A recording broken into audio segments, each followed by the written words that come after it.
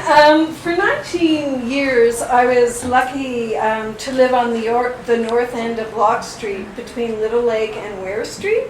And I feel particularly qualified to write about this small section of Peterborough since, as the way life goes, I actually lived in 3 different houses on that little strip. So the poem I'm going to read is called North on Lock, and the poem itself is the fusion between 2 different social realities.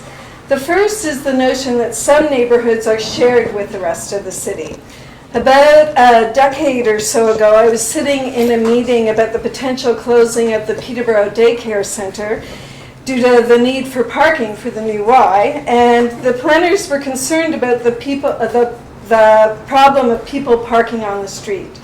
And that brought a sort of collective unifying laugh from the residents in the area, for we already lived in a neighborhood that offered up their streets with the rest of the city. I later thought about the notion that some neighborhoods are more insular while others are not.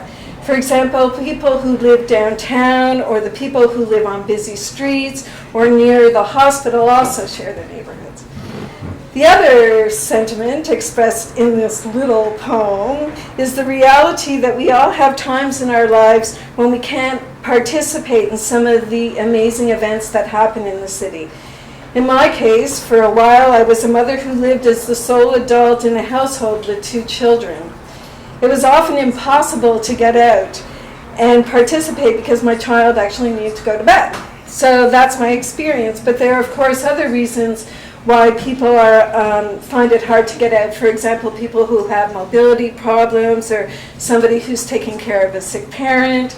You know, the reasons are endless, but I just wanted to acknowledge that. So in my case, though, I took great comfort in just hearing the sounds of our city. So that's a lot of words to describe what is a very little poem.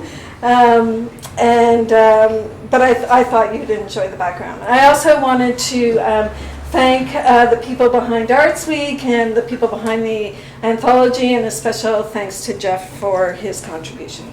So this is called North on Lock.